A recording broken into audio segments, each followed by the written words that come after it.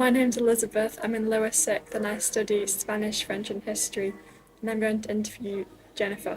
Hi, my name's Jennifer, and I was born in Morecambe's heyday in the 50s.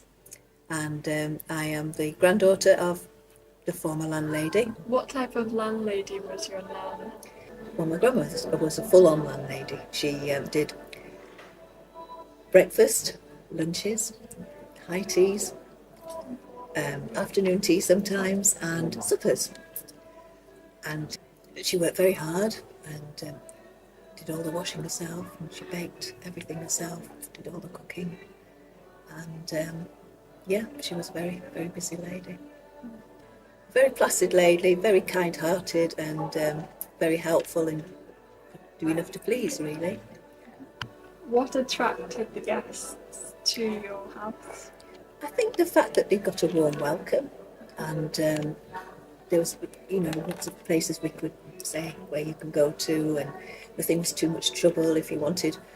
If you wanted a drink at some time, there were no bars then. It was like a pot of tea or coffee or something, and a sandwich. You would accommodate people. It wasn't just strictly whatever was, on the menu. Belvedere, the name of the house, yes. So it was just a small one. We just took 12 guests. It was 21 Claremont Road at the west end of Morecambe, which was just basically a couple of roads off the promenade. Okay. And it was a very popular area at that time. It was busy, very busy. What were the rooms like in the guest house? It's quite small. They all had a sink, and they all had, in the early days, they all had what we call a chamber pot to use if you didn't want to walk to the bathroom. So that was one of the chores, to empty the chamber pot. Every bed had a candlewick counterpane on, and you had sheets and wool blankets, and quite often an eider down, they're called. There was a big range that heated the place. There was no central heating then, and this range used to give heat through to the other rooms. Yeah, we didn't have en suites in those days. We had shared bathrooms and toilets. Just a gong when the food was ready. Because in those days you had to plan your menu because there were no fridges or freezers. There was just a pantry. So you had to buy, well, we did buy everything fresh, which was really good. No supermarkets in those days. All the shops were all round about, all close by. It was always fish on Friday. People were literally queued down the street. The fishmonger that was there during my time was called George Woodhouse. The big kitchen worktop was on top of a bath, and you had to lift up the worktop and fill up the bath in the kitchen. For the afternoon teas, she used to get a big tray from a shop called Hartley's, which was just round the corner on Albert Road.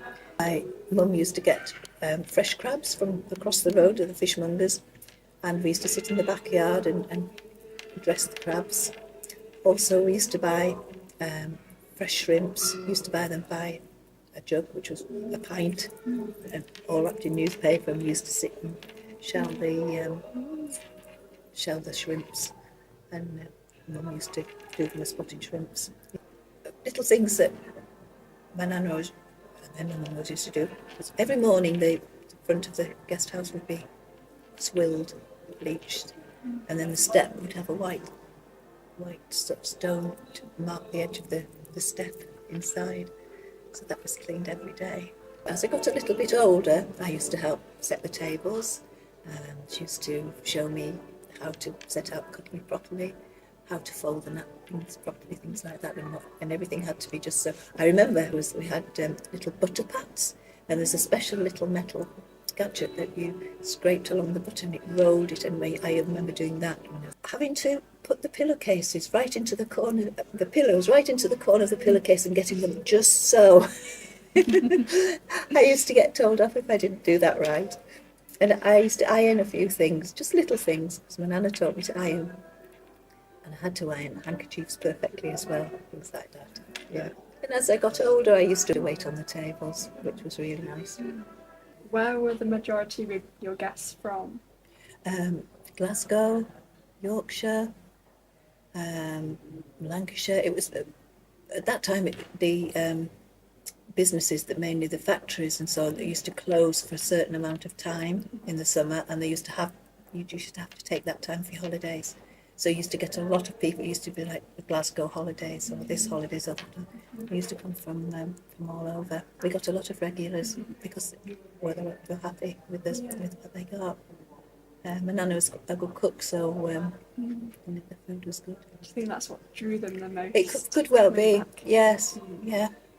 And my mum was also a very happy, bubbly, outgoing person, and she helped to keep people coming as well with her personality. I know you mentioned the jam sponge. Oh, yeah, absolutely. I can picture it now. She's doing it in a big oval Pyrex dish. And I remember being taken out, take me out to shows, to the fairground, to the swimming stadium. And there's a place called Harbour Band Arena where used to have entertainment on it. There used to be rows and rows of deck chairs where you could go and spend an afternoon, in the sunshine. There was sunshine now. How much did guests pay to stay? Well, the last rate I remember before my mum took over was 12 and sixpence. And that was for breakfast, lunch, high tea or afternoon tea, and suppers.